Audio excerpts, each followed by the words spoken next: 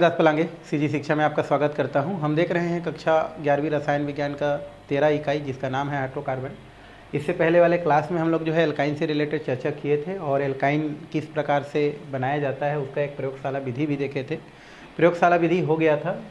अब प्रयोगशाला विधि जो होता है उसमें बहुत सारी सावधानी बरतने की क्या होती है, आवश्यकता होती है, क्योंकि लैब का जो केमिकल होता है वो जो है बहुत ही सावधानीपूर्वक यूज करने की आवश्यकता होता है। तो कुछ सावधानियां दिया गया है आपका एल्काइन जो है जब बनाते हैं प्रयोगशाला में तो हमको क्या क्या सावधानी बरतना चाहिए, ये हमारा प्रिकॉशन दिया गया है हमारा, है ना, सावधानी जिसको बोलते हैं।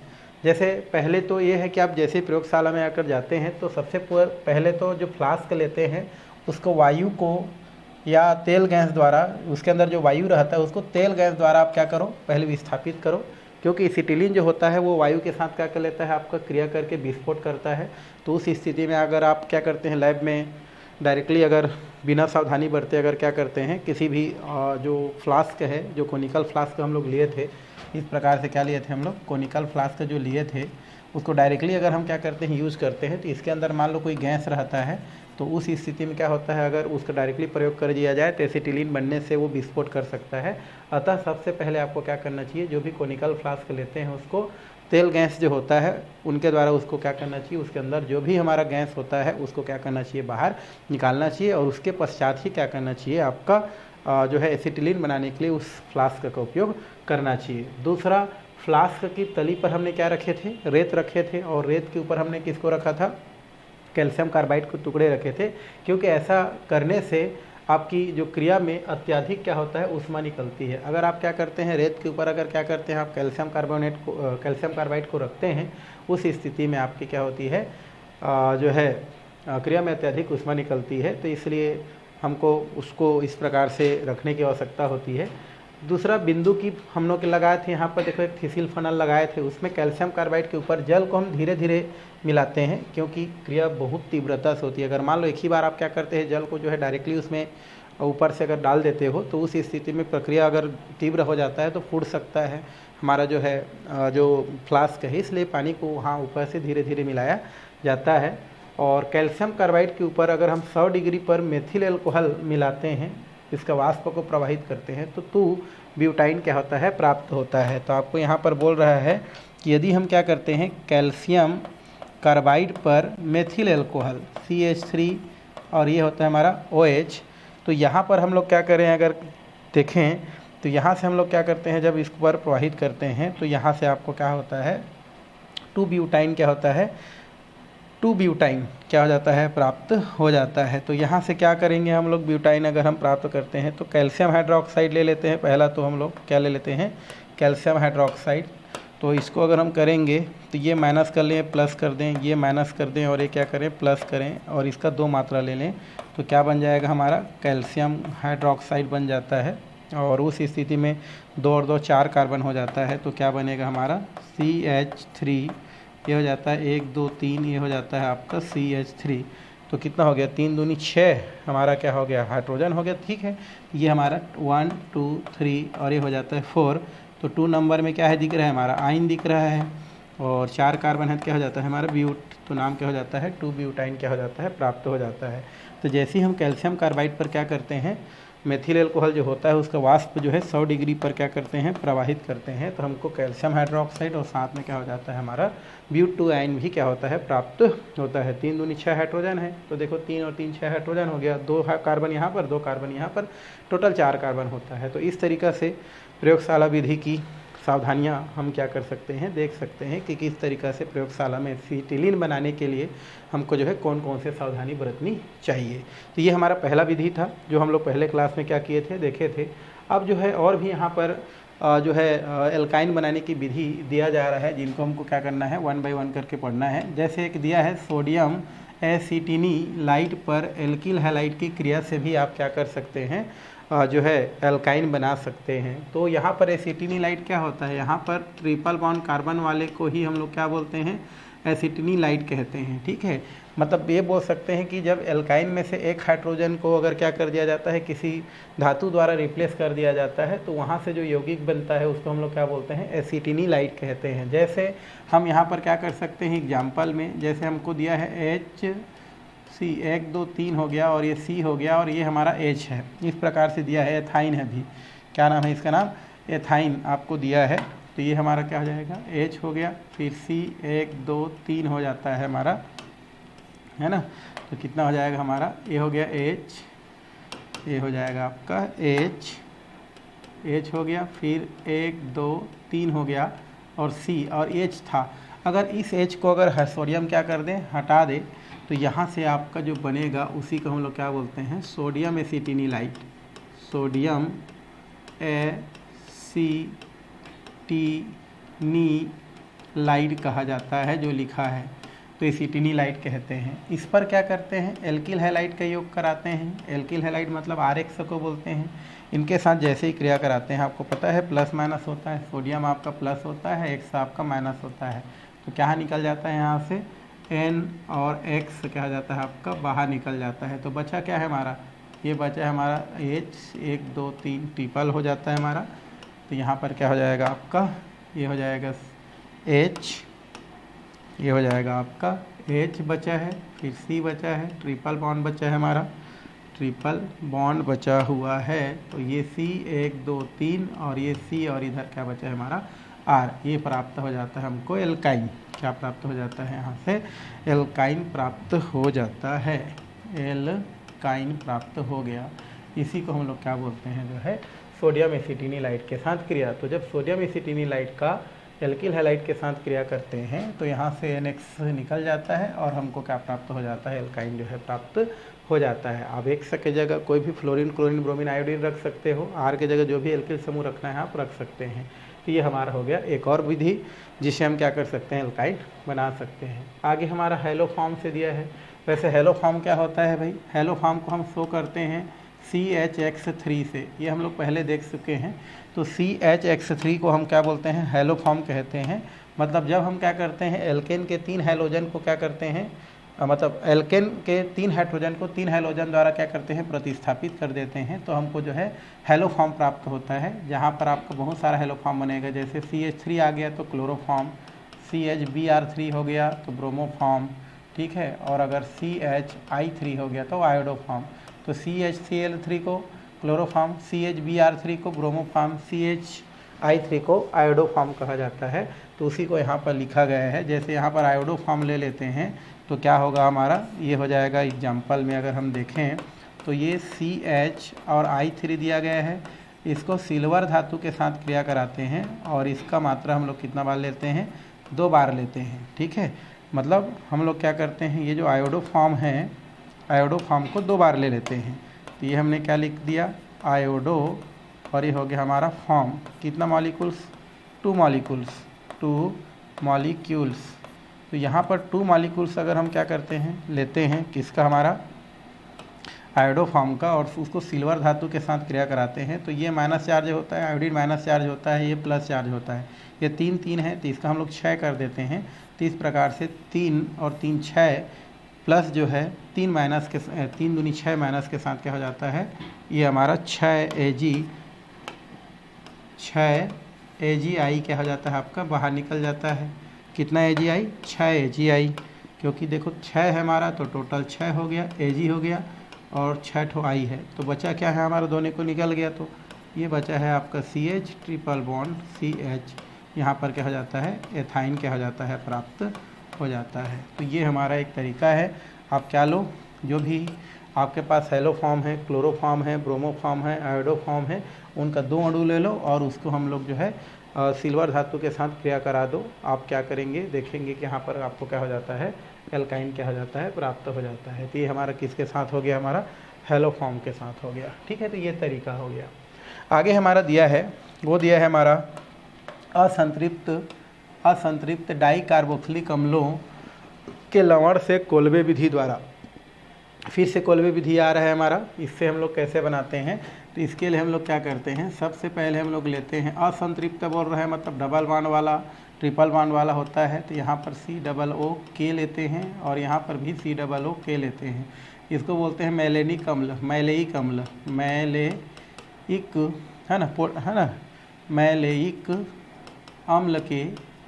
अम्ल के पोटेशियम लवण ले लेते हैं, मैलेइक अम्ल था, इसका हम लोग क्या लेते हैं, पोटेशियम लवण लेते हैं। ठीक है, मैलेइक अम्ल के पोटेशियम लवण लेते हैं। और इस मैलेइक अम्ल के जो पोटेशियम लवण होता है, पोटेशियम लवण, इसका हम लोग क्या बनाते हैं, जेली विलयन बनाते हैं। पहले जैसा हम लोग क्या बनाते हैं भाई, इसका जेली विलयन बनाते हैं। तो ये हमने क्या लिया, CH triple bond double bond, और यहाँ पर COO और COO, ये हम लोग मैलेइक अम्ल लिए, इसका हम लोग क्या बना दिए, जेली विलयन बना लिए। और जेली विलयन बनाने के बाद हम क्या करते हैं, जेली विलयन बनाने के बाद इसमें 2 इलेक्ट्रोड डुबा देते हैं। क्या डुबा देते हैं, इलेक्ट्रोड हम क्या कर देते हैं भाई, डुबा देते हैं। जिसमें से इलेक्ट्रोड डुबाने के बाद एक हम लोग क्या करते हैं, इसको आगे बैटरी से जोड़ देते हैं। बैटरी के प्लस वाला हिस्सा और बैटरी का माइनस वाला हिस्सा, प्लस वाला हिस्सा से जोड़ते हैं, उसको हम लोग एनोड बोलते हैं। माइनस वाला हिस्सा से जोड़ते हैं तो उसे हम लोग क्या बोलते हैं, कैथोड कहा जाता है, कैथोड कहते हैं। अब जैसे हम क्या करते हैं, इसको पानी में घोलते हैं, कि इसको मैलेनिक अम्ल के आपका जो पोटेशियम लवण होता है, ये 2 भागों में टूट जाता है, CH डबल बॉन्ड CH, और ये COO माइनस और ये COO माइनस, मैलेनेट बोल सकते हैं, मैलेनेट बोल सकते हैं। ये टूट जाता है और 2 पोटेशियम आयन में क्या होता है, हमारा टूट जाता है। तो जैसे हम क्या करते हैं, जो मैलेनिक अम्ल के पोटेशियम लवण को हम क्या करते हैं, जब हम पानी में घोलते हैं तो ये मैलेनेट और 2 हमारा क्या होता है, यहाँ से इस प्रकार से पोटेशियम आयन में टूटता है। अब जैसे उसमें हम क्या करते हैं, विद्युत धारा प्रवाहित करते हैं, तो इसका जो माइनस चार्ज वाला होता है वो एनोड की ओर, क्योंकि माइनस है तो प्लस की ओर जाएगा, और प्लस चार्ज वाला है वो कैथोड की ओर जाता है। तो पहले हम लोग किसको लिखते हैं, एनोड तरफ जा रहा है उसको पहले लिख देते हैं। तो एनोड पर कौन जाएगा भाई हमारा, एनोड पर 8 एनोड बोर लिख सकते हैं, 8 एनोड। एनोड पर कौन जाएगा, तो ये जाएगा आपका CH double bond CH, COO minus, और ये COO क्या होता है, माइनस होता है। ये हमारा जाता है और वहाँ पर जाके क्या करता है, इलेक्ट्रॉन डोनेट कर देता है, CH डबल बॉन्ड CH, और ये COO और ये COO, ये मुक्त मूलक बनाता है, 2 इलेक्ट्रॉन क्या करता है, डोनेट कर देता है। अब यहाँ पर क्या होता है, ये जो हमारा मुक्त मूलक बचा है, ये आगे आपका क्या करता है, CH3, ये जो है आगे चल के हम यहाँ पर लिख देते हैं, ये जो होता है CH डबल बॉन्ड क्या होता है, CH COO, और COO जो है वो आपका क्या हो जाता है, आगे विभक्त हो जाता है। तो ये CH double bond CH COO और ये COO होता है, ये तुरंत टूट जाता है किसमें, 1 2 3, ये और ये 1 2 3, और क्या बचता है हमारा 2CO2 कार्बन डाइऑक्साइड बचता है। और इस तरीक़ा से जो एथाइन होता है, ये एथाइन हमको क्या प्राप्त हो जाता है, एनोड पर क्या हो जाता है, प्राप्त हो जाता है। अब हम जो है कैथोड की अगर हम बात करें तो ये तो एनोड पर हो गया, एनोड पर हमको एथाइन प्राप्त हो जाता है। अब कहाँ पर जाते हैं हम लोग, कैथोड पर चलते हैं। कैथोड पर जाएंगे तो क्या होगा हमारा, कैथोड पर क्या है, 2 पोटेशियम है हमारा, ये पहले से 2 इलेक्ट्रॉन त्यागा है, उसको क्या करता है, कैथोड बेस को ले लिया जाता है, ये 2 पोटेशियम बनाता है। क्योंकि यहाँ पर पानी की भी मात्रा रहता है, उस पानी के साथ ये जो पोटेशियम होता है वो क्या करता है, आपका क्रिया करता है।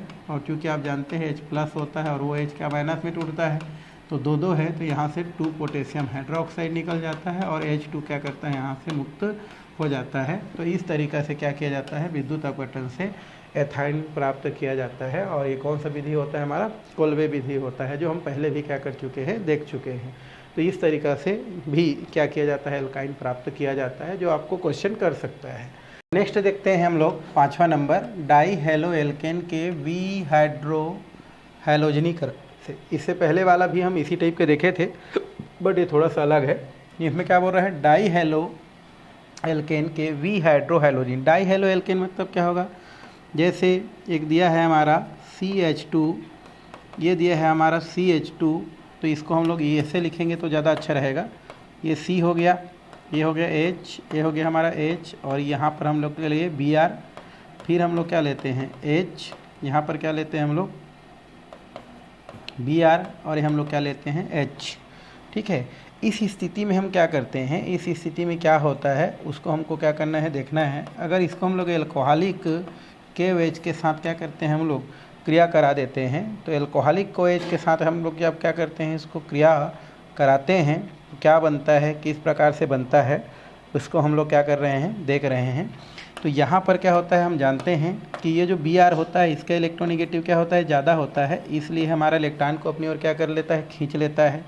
जब इस पर इलेक्ट्रॉन की क्या होता है, हमारा कमी जब क्या हो जाता है, हमारा पड़ जाता है, तो उस स्थिति में क्या होता है, हमारा एक जो हाइड्रोजन होता है ये अपना क्या करता है, इलेक्ट्रॉन क्या करता है आपका इधर है हमारा डोनेट कर देता है, और डोनेट करने के पश्चात क्या हो जाता है, वो ए प्लस के रूप में क्या हो जाता है, आपका बाहर निकल जाता है। जैसे ये Br क्या के इलेक्ट्रॉन को लेके निकला, कार्बन पर इलेक्ट्रॉन की कमी हुआ, उस इलेक्ट्रॉन को चुपचाप क्या करता है, हमारा हाइड्रोजन पूर्ण करता है और हाइड्रोजन प्लस के रूप में निकल जाता है। तो उस स्थिति में प्लस और ये क्या हो जाता है, माइनस। तो इसका माइनस इसके प्लस के साथ तो क्या हो जाता है, हमारा KBr हो गया। इसका माइनस इसके प्लस के साथ क्या हो जाता है, हमारा H2O निकल जाता है। तो यहाँ पर बचा क्या है हमारा, तो ये हमारा बचा है हमारा CH, क्योंकि एक H तो चला गया तो CH, और यहाँ पर कौन सा हो गया, डबल बॉन्ड, यहाँ पर हो गया आपका डबल बॉन्ड, ये हो जाता है डबल बॉन्ड, और ये क्या बचा है हमारा H, ये होता है H, और अभी भी क्या बचा है हमारा Br बचा हुआ है। इसको पुनः हम क्या करते हैं, KOH के साथ क्या करते हैं, इसको क्रिया कराते हैं अल्कोहलिक KOH के साथ। तो यहाँ पर जब उसको हम लोग क्या कर दें, क्रिया करा दें, तो यहाँ से फिर से अभी जैसे प्रक्रिया हुआ है उसी प्रकार की प्रक्रिया होगा। ये अपना इलेक्ट्रॉन क्या करेगा, इस तरह क्या कर लिया, खींच लिया, खींचता है तो इसमें कौन सा चार्ज है, माइनस चार्ज आ जाता है। इस कार्बन पर इलेक्ट्रॉन की क्या हो जाता है, कमी हो जाता है। इस कमी को ये हाइड्रोजन क्या करता है, पूरा करता है, और यहाँ से प्लस के रूप में निकल जाता है। तो ये प्लस और ये माइनस, तो पुनः क्या निकल जाएगा, एक निकल जाएगा हमारा KBr, और ये क्या निकल जाएगा आपका H2O। तो यहाँ से क्या बचा है, ये तो बचा है हमारा CH, अब ये ट्रिपल बॉन्ड हो गया, यहाँ पर कौन सा हो जाएगा, ट्रिपल बॉन्ड। तो कितना हो जाएगा हमारा HC 1 2 3, और यहाँ पर क्या है CH बचा, तो ये हमारा बचा है CH। इस प्रकार से आइन अर्थात एथाइन क्या हो जाता है, प्राप्त हो जाता है। तो इस तरीक़ा से हम क्या कर सकते हैं, दूसरा तरीका है हमारा डाई हेलो एल्केन के भी हाइड्रो हैलोजनीकरण से भी हम बना सकते हैं, क्योंकि इसमें हाइड्रोजन भी निकल रहा है और हैलोजन भी निकल रहा है, इसलिए इसको बी हाइड्रो हैलोजनीकरण कहते हैं। तो इसके द्वारा भी क्या किया जा सकता है भाई, एल्काइन जो है बनाया जा सकता है। तो इसको आपको देखना है।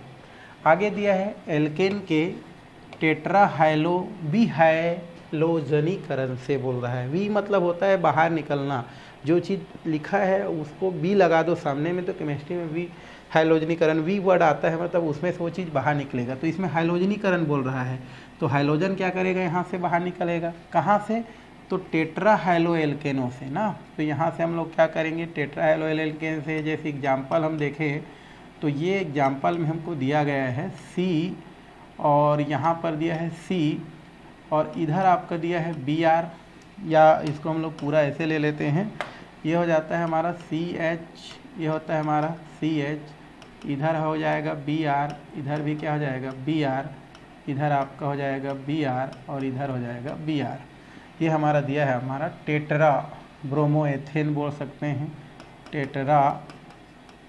Br है तो क्या हो जाएगा ब्रोमो, 2 कार्बन है तो एथ, सिंगल वन है तो N। इसका हम लोग क्या करेंगे, जिंक धातु के साथ क्रिया कराते हैं। किसके साथ, जिंक धातु के साथ क्या करते हैं, इसको क्रिया करा देते हैं। तो उस स्थिति में जिंक का मात्रा 2 बार लेना पड़ता है, क्योंकि जिंक की संयोजकता कितनी होती है, 2 होती है, तो 2 ब्रोमीन को संभाल सकता है। तो उस स्थिति में क्या हो जाता है, ZnBr2 होता है, और सामने 2 लग जाता है, तो दोनों बैलेंस हो जाता है, और इस तरीक़ा से CH ट्रिपल बॉन्ड CH अर्थात एथाइन क्या हो जाता है, प्राप्त हो जाता है। तो चारों Br किसके साथ निकल गया, जिंक धातु के साथ निकल जाता है, और इस तरीक़ा से हमको एल्काइन क्या करता है, दे जाता है। तो इस तरीक़ा से इसको भी हम क्या कर सकते हैं, इस विधि से भी एल्काइन बना सकते हैं। ठीक है, आगे हमारा दिया है संश्लेषण द्वारा, संश्लेषण बाई सेंसेसिव। हम इसको क्या कर सकते हैं, लैब में भी बना सकते हैं। इसको बर्थोलेट संश्लेषण भी बोलते हैं, जिसमें 2 कार्बन इलेक्ट्रोड के बीच विद्युत आर्क में से हाइड्रोजन गैस प्रवाहित किया जाए तो एथाइन प्राप्त होता है। 2 इलेक्ट्रोड है हमारा, और इन इलेक्ट्रोड के बीच में अगर कौन सा गैस, हाइड्रोजन गैस। ये इलेक्ट्रोड किसका है, हमारा कार्बन का है। तो इन दोनों इलेक्ट्रोडों के बीच अगर क्या किया जाए, हाइड्रोजन गैस प्रवाहित किया जाए, तो हमको क्या प्राप्त होता है, एथाइन क्या हो जाता है, प्राप्त हो जाता है। तो क्या लिखेंगे यहाँ पर, ये लिख देंगे 2C, और ये क्या हो जाएगा हमारा H2, और यहाँ पर क्या लिखेंगे, विद्युत आर्क, विद्युत आर्क प्रवाहित किया जाए, इधर आके क्या पलट जाएगा C2, और ये हो जाएगा H2। और इस तरीक़ा से क्या हो जाता है, हमारा एथाइन प्राप्त हो जाता है। तो इस तरीक़े से बहुत सारी और भी विधियाँ हमने पढ़ा प्रयोगशाला के अलावा, जिससे हम क्या कर सकते हैं, एल्काइन क्या कर सकते हैं, बना सकते हैं। तो इतना में बनाने की विधि क्या हो गया, ख़त्म हो गया। अब थोड़ा सा हम बात करते हैं एल्काइन के गुण के बारे में बात करते हैं थोड़ा सा भाई। एल्काइन के कौन कौन सा गुण है वो देखेंगे। तो एल्काइन के कुछ गुण दिया गया है और उस गुण में हम लोग देखेंगे पहले भौतिक गुण को, जो पहले तरह जैसे पढ़ते थे उसी टाइप का है। पहला है भौतिक अवस्था, फिजिकल स्टेट बोलते हैं भौतिक अवस्था। तो इस परिवार के प्रथम जो 3 सदस्य हैं वो रंगीन गैस होते हैं, मतलब C2H2, C3H4 और आपका C4H6 है ना। 4 दूनी 8 तो 2 कम हो गया, 3 दूनी 6 2 कम हो गया, 2 दूनी 4 2 कम हो गया। तो ये हमारा क्या होता है, एथाइन, ये होता है प्रोपाइन, और ये जो ब्यूटाइन होता है ये हमारे क्या होते हैं, रंगीन गैस होते हैं।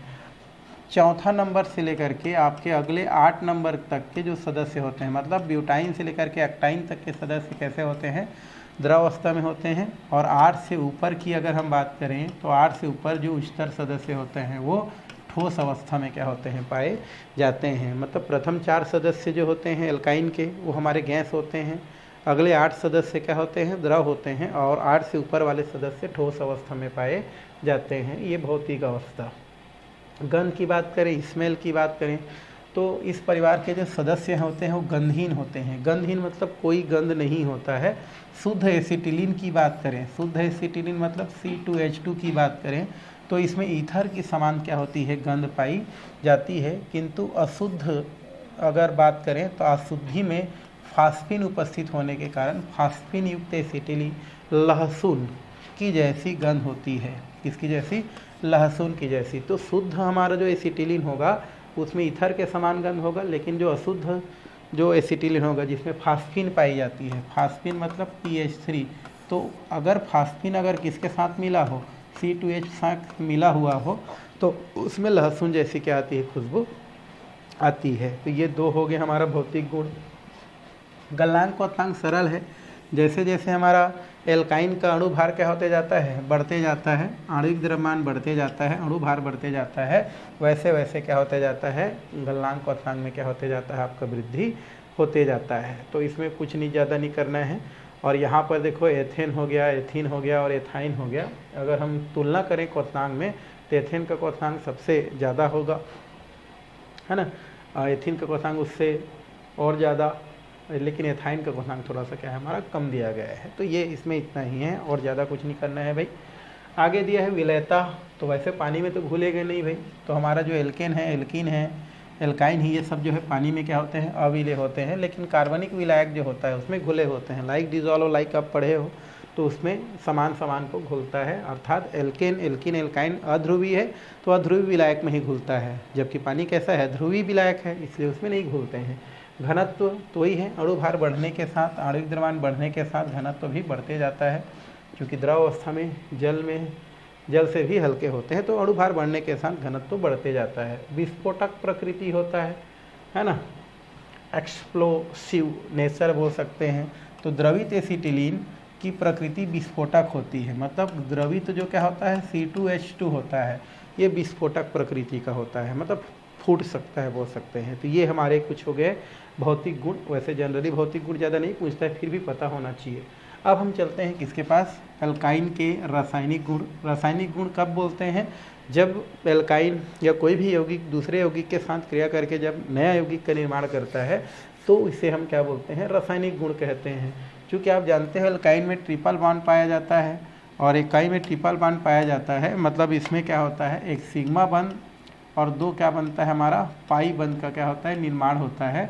और पाई बंध क्या होता है, आपका दुर्बल होता है और दुर्बल होने की वजह से आसानी से टूट जाता है। इसलिए इनकी क्रियाशीलता जो होती है वो एल्केन और एल्काइन से काफ़ी ज़्यादा होती है। और इनकी क्रियाशीलता को यहाँ पर कुछ भागों में बांट के जो है समझाई गई है, जिसमें पहला अभिक्रिया योगात्मक अभिक्रिया, दूसरा ऑक्सीकरण, तीसरा हमारा अम्लीय स्वभाव देखेंगे और चौथा देखेंगे बहुलीकरण। तो ये 4 भागों में इसको बांट के क्या किया गया है, इनके रासायनिक अभिक्रिया को बताया गया है। इनको हमको 1 बाय 1 देखते जाना है।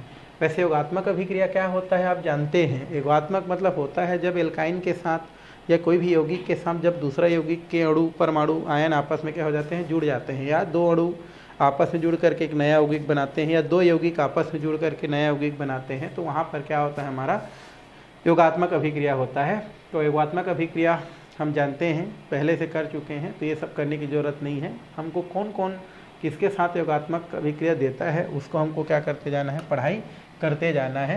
पहला दिया है हमारा हाइड्रोजन का योग, है ना, या इसी को हम अपचयन बोलते हैं, क्योंकि हाइड्रोजन का जो योग होता है वो अपचयन की श्रेणी में आता है और ये किसी उत्प्रेरक जैसे निकिल की उपस्थिति में होता है। तो एग्जाम्पल हम लोग देखेंगे, तो ये हमारा जैसे दिया है, हम लोग एल्काइन को ही लेते हैं क्योंकि यही सबसे पहला सदस्य है, तो इसी को लिया जाता है। तो ये हमारा क्या हो जाता है, एथाइन हो जाता है। ये हो गया एथाइन। अब इसको हम लोग हाइड्रोजन के साथ योग कराएंगे तो हाइड्रोजन टूटेगा H और H, तो ये हमारा प्लस और ये हमारा होता है माइनस में। अब इस स्थिति में क्या होता है, हमारा ये जो पाई बंद होता है, ये इलेक्ट्रॉन इधर जाया जाएगा, तो कौन सा चार्ज है, माइनस, और ये हो जाता है हमारा प्लस चार्ज। अब इसका प्लस माइनस, इसका प्लस इसके माइनस के साथ और इसका माइनस इसके प्लस के साथ जुड़ेगा, तो क्या बनेगा यहाँ से, अब देखो पहले एक हाइड्रोजन था, एक हाइड्रोजन आया तो दो हाइड्रोजन हो जाएगा। ट्रिपल बॉन्ड था वो डबल बॉन्ड हो गया क्योंकि एक चला गया है।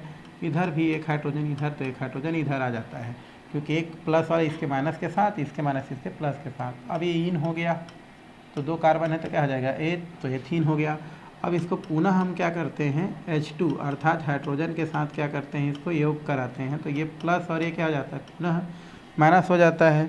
इसको हम फिर से क्या करते हैं, पहले तरह अगर यहाँ पर पाई इलेक्ट्रॉन होता है उसको खींच ले यहाँ, तो ये माइनस और ये हो जाता है हमारा प्लस चार्ज हो जाता है भाई, है ना। तो इसका फिर प्लस माइनस के साथ और माइनस जो है प्लस के साथ, तो क्या बन जाएगा यहाँ, ये हो जाता है H, ये हो जाता है H, ये हो जाता है H, single bond H H और ये हो जाता है H, सिंगल बॉन्ड आ गया मतलब N और दो कार्बन है तो एथ। तो इस तरीक़ा से एथेन का हाइड्रोजनीकरण करते हैं, अपचयन कराते हैं, सब निकिल उत्प्रेरक की उपस्थिति में होता है भाई, तो एथीन बनता है। एथीन का हम लोग अपचयन कराते हैं तो एथेन क्या हो जाता है, प्राप्त हो जाता है। तो ये हो गया हमारा एक पहला योगात्मक अभिक्रिया, किसके साथ, हाइड्रोजन के साथ, ठीक है। अब हम देखते हैं हैलोजन के साथ। हैलोजन किसे बोलते हैं भाई, X2 लिखते हैं, जिसके जगह फ्लोरीन, क्लोरीन, ब्रोमीन और आयोडीन हम क्या कर सकते हैं, लिख सकते हैं, ठीक है। ये सनलाइट की उपस्थिति में होता है या तो कार्बन टेट्राक्लोराइड की उपस्थिति में, ठीक है। एग्जाम्पल इसी को लेते हैं, ट्रिपल बॉन्ड, ये हो जाता है CH, ठीक है। अब इसको हम लोग क्या करेंगे, जैसे Cl2 ले लेते हैं, क्या ले लेते हैं हम लोग, Cl2, तो यहाँ पर क्या हो जाएगा, ये हो जाएगा H, ये हो जाएगा आपका Cl2, तो Cl दो बार हो जाएगा हमारा। तो उस स्थिति में क्या होगा, आप जानते हैं प्लस माइनस पता है, हाइड्रोजन जैसा ही है सेम, तोड़ेंगे तो प्लस और ये माइनस, यहाँ पर पाई इलेक्ट्रॉन है, इस तरफ जम करेगा तो इसमें माइनस चार्ज है, इसमें भी हमारा कौन सा चार्ज है, प्लस चार्ज है, क्योंकि जिधर जाता है माइनस, जिधर से जाता है प्लस। अब जोड़ दो यहाँ, ये हो जाता है C और ये हो गया H, इधर हमारा क्या हो जाएगा Cl, क्योंकि एक Cl आ जाएगा, यहाँ डबल बॉन्ड जुड़ जाएगा, फिर C, इधर H और इधर हमारा क्या हो गया Cl, है ना। एथिलीन डाइक्लोराइड बोलेंगे, इसका नाम क्या हो जाएगा, एथिलीन डाइक्लोराइड बोलते हैं, क्या बोलते हैं इसको, एथिलीन डाइक्लोराइड प्राप्त हो गया। इसका हम लोग क्या करेंगे, पुनः हम लोग क्या करेंगे, ये कार्बन टेट्राक्लोराइड की उपस्थिति में बोल सकते हो, पुनः इसका हम क्या करते हैं, हैलोजनीकरण करते हैं, मतलब फिर से क्लोरीन ले लेते हैं, ये हमारा हो जाएगा क्लोरीन, फिर टूटता है Cl और Cl में, ये प्लस और ये क्या हो जाएगा माइनस। फिर हमारा देखेंगे तो यहाँ पर एक अभी पाई इलेक्ट्रॉन क्या हुआ है, बचा हुआ है, ये हमारा जम करके यहाँ पर चला जाएगा तो माइनस और ये हो जाएगा प्लस। तो यहाँ से आपका क्या हो जाएगा, ये हो जाएगा C, यहाँ पर पहले क्या था हमारा H था, यहाँ Cl और एक और Cl आ गया, सिंगल बॉन्ड, इधर H था, इधर Cl, इधर एक और Cl हमारा आ जाएगा, ठीक है। तो यहाँ पर कितना Cl हो गया हमारा, 2 Cl आ गया, ठीक है। तो 2 Cl, दो Cl आ गया दोनों के पास। अब इसका नाम क्या हो जाएगा हमारा, ये हो जाएगा हमारा 1 हो गया और ये हमारा 2 हो गया, तो 1 1 और 2 2, है ना। नाम क्या होगा इसका, किसी नाम 1 1 2 2, 4 बार है तो क्या बोलेंगे, टेट्रा, और इसको बोलेंगे क्लोरो, 2 कार्बन है तो एथ, सिंगल बॉन्ड है तो एन, तो इसका इतना बड़ा नाम होता है 1 1 2 2 टेट्रा क्लोरोएथेन, क्योंकि 1 में 2 बार है, 2 में 2। इसको वेस्ट्रॉन भी बोलते हैं, वेस्ट्रॉन भी कहा जाता है। तो इस तरीक़ा से आप क्या कर सकते हैं, ये जो रासायनिक अभिक्रिया है हैलोजन का योग, उसको भी आप क्या कर सकते हैं, बता सकते हैं। तो खाली योग करना है आपको, हैलोजन अम्लों का योग बोल रहा है। किसका? हैलोजन अम्ल का। वैसे हैलोजन अम्ल क्या है आप जानते हो, इसको H से दर्शाते हैं, जिसके जगह HF, HCl, HBr है ना, और HI क्या कर सकते हो, लिख सकते हो। जिसमें क्रियाशीलता की अगर हम क्रम देखें तो HI सबसे ज़्यादा क्रियाशील होता है। क्रियाशीलता में देखा जाए, क्रियाशीलता का अगर हम क्या देखें, क्रम देखें, तो कौन ज़्यादा क्रियाशील होगा? HI ज़्यादा क्रियाशील होता है, HBr उससे कम क्रियाशील, HCl कम क्रियाशील, और सबसे ज़्यादा कम क्रियाशील होता है HF। क्या होता है हमारा? HF। तो यहाँ पर ये क्रियाशीलता का क्या है हमारा क्रम है। तो सबसे ज़्यादा क्रियाशील कौन है भाई हमारा? सबसे ज़्यादा क्रियाशील होता है HI, सबसे कम क्रियाशील होता है HF।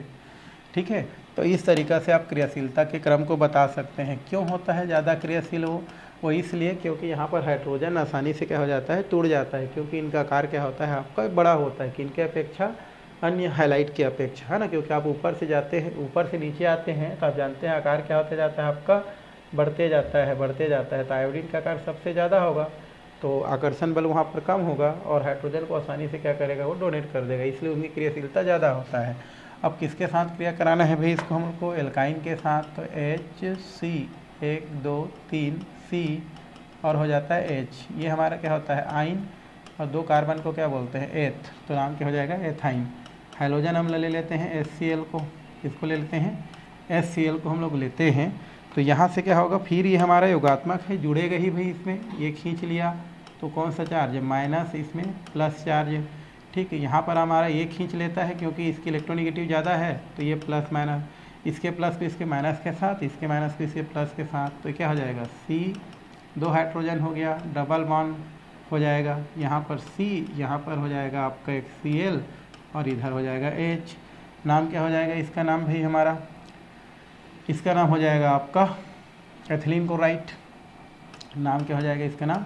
एथिलीन क्लोराइड हो गया। एथिलीन क्या हो गया? क्लोराइड। अब इसको हम लोग क्या करते हैं, पुनः हम लोग क्या करते हैं, HCl के साथ क्रिया करा देते हैं। फिर से क्या कर दिए हम लोग? HCl के साथ क्रिया, फिर इलेक्ट्रॉन खींच लिया, तो यहाँ पर कौन से चार्ज है? माइनस, यहाँ पर होगा प्लस, ये इलेक्ट्रॉन खींचेगा तो माइनस, और यहाँ पर हो जाएगा प्लस। अब इसका फिर प्लस वाला किधर जाएगा? इसके साथ जुड़ जाएगा, तो 2 हाइड्रोजन पहले से था, 1 हाइड्रोजन और आ गया, सिंगल बॉन्ड हो गया। अब ये क्या हो जाएगा? ये हो जाएगा आपका Cl, और इधर हो जाएगा से, इसको बोलते हैं एथाइलिडीन, एथाइलिडीन बोलते हैं, एथिलीडीन, और इसको बोलते हैं डाइक्लोराइड। डाइक्लोराइड क्या हो जाएगा, हमको प्राप्त हो जाएगा, क्योंकि वो हमारा कौन सा हैलाइड है हमारा? वो होता है हमारा जेम डाई हैलाइड, है ना, एक ही कार्बन से जुड़ा है। तो इस तरीक़ा से आप यौगिक क्या कर सकते हैं, बना सकते हैं। तो ये हो गया हमारा एथाइन का हैलोजन अम्ल के साथ क्रिया। आगे हमारा दिया है सल्फ्यूरिक अम्ल का योग। सल्फ्यूरिक अम्ल आप जानते हो H2SO4 बोलते हैं। चलिए लेते हैं कैसा योग होता है। तो ये हो गया H, ये हो गया 1 2 3 C, और ये हो जाएगा H। ठीक है, तो ये हो जाएगा आपका H, 1 2 3 C, H हो गया। सल्फ्यूरिक अम्ल H2SO4 हो गया। ये टूटेगा तो किस में टूटेगा हमारा? ये टूटेगा H plus ion, HSO4 minus ion में टूटेगा। अब इसको खींच दो, यहाँ माइनस, ये हो जाएगा प्लस, जोड़ दो तो H और H डबल बॉन्ड हो जाएगा। फिर क्या हो जाएगा, यहाँ से क्या बचेगा हमारा? तो ये बचेगा C, इधर हो जाएगा आपका H double bond C H, और ये होता है हमारा HSO4, है ना। एथिलीन सल्फेट बोल सकते हैं, एथाइलिन सल्फेट या एथिलीन सल्फेट बोल सकते हैं। एथिलीन ये हमारा क्या होता है? सल्फेट होता है, एथिलीन सल्फेट हो गया। ठीक है, पुनः इसको हम लोग क्या करते हैं, सल्फ्यूरिक अम्ल के साथ क्रिया कराते हैं। पहले जैसा है भाई सब, ठीक है। तो ये हमारा फिर टूटेगा H प्लस आयन और HSO4 माइनस आयन में, फिर ये इलेक्ट्रॉन खींचेगा तो माइनस, और ये हो गया प्लस, फिर जोड़ दो तो यहाँ पर क्या बचेगा? ये हमारा हो जाएगा H, ये हो जाएगा H, ये हो जाएगा H, और ये हो जाएगा आपका जो है HSO4, ये हो गया, और ये हो जाएगा आपका HSO4। यहाँ पर क्या हो जाता है हमारा? एथिलीडिन, है ना, डाइसल्फेट एथाइलिडिन, डाइसल्फेट पहले जैसा है, पूरा नाम खाली क्या है, चेंज है, एथाइलिडिन डाइसल्फेट हो गया। ठीक है, अब वो जो एथाइलिडिन जो डाइसल्फेट होता है, इसका हमको हम जल अपघटन करा देते हैं। क्या करते हैं हम लोग, इसका जल अपघटन। तो जल अपघटन कराने से क्या होगा, ये हम लोग लेते हैं H2O, इसकी मात्रा ले लेते हैं 2 बार, जो टूटता कैसा है H+ आयन, और OH क्या होता है माइनस आयन। तो यहाँ पर हम लोग 2 बार ले रहे हैं, तो ये हमारा क्या होता है माइनस, ये होता है माइनस, और ये क्या होता है हमारा प्लस। तो इसका 2 + 2 माइनस के साथ क्या हो जाता है, निकल जाता है। मतलब यहाँ से आपको H2SO4 पुनः क्या हो जाता है, प्राप्त हो जाता है। कैसे, क्योंकि ये माइनस है तो प्लस के साथ जाएगा तो कितना हो जाएगा, 2H2SO4 क्या हो जाता है, इसको हमको पुनः प्राप्त हो जाता है। और OH जाके कार्बन के साथ क्या हो गया हमारा, जुड़ जाएगा। किसके साथ जुड़ जाएगा, कार्बन के साथ। तो क्या बनेगा यहाँ से, ये बनेगा आपका H, ये हो जाएगा आपका H, ये हो जाएगा H, इधर क्या है हमारा C, इधर बचा OH, इधर बचा हमारा OH। ये हमारा कैसा होता है, अस्थायी होता है। अस्थायी मतलब ज़्यादा समय के लिए इस अवस्था में नहीं रहता है, ये तुरंत आपका क्या होता है, यहाँ से जल के एक अणु क्या कर देता है, बाहर निकाल देता है। और उस स्थिति में फिर आपका क्या बनता है हमारा, ये हो जाएगा हमारा -H2O। तो फाइनली क्या बन जाता है, एसिटिल्डिहाइड क्या हो जाता है, आपको प्राप्त हो जाता है। देखो क्या बचा है इधर, ये बचा है CH3, और ये बचा है हमारा, अच्छा CH3। यहाँ से हम लोग देखें अगर, तो यहाँ पर H होगा ना, यहाँ पर हमारा H अगर हम देखें HSO4, ठीक है, तो यहाँ से आपका एक H होगा, क्योंकि बैलेंस नहीं हो रहा है ना, तो H होगा। और यहाँ पर क्या हो जाएगा, CHO। तो एसिटिल्डिहाइड क्या हो जाता है, प्राप्त हो जाता है। क्या प्राप्त होता है यहाँ से, एसिटिल्डिहाइड क्या होता है, प्राप्त होता है भाई, एसिटिल्डिहाइड प्राप्त हो जाता है, एसिटिल्डिहाइड। ठीक है, 3 हो गया, एसिटिल्डिहाइड। यहाँ से क्या हो जाता है, एसिटिल्डिहाइड प्राप्त हो जाता है ना। ये लिख देता हूँ मैं, एसिटिल्डिहाइड प्राप्त हो जाता है। तो ये हमारा होता है किसके साथ, सल्फ्यूरिक अम्ल के साथ क्या हो जाता है, हमारा योग को क्या करता है, प्रदर्शित करता है। तो इस तरीक़ा से इसको हम क्या कर सकते हैं, बता सकते हैं। तो ठीक है, आज के क्लास हम लोग यहीं पर क्या करते हैं, समाप्त करते हैं। आने वाले क्लास में हम लोग जो है बाकी के टॉपिक क्लियर करने वाले हैं।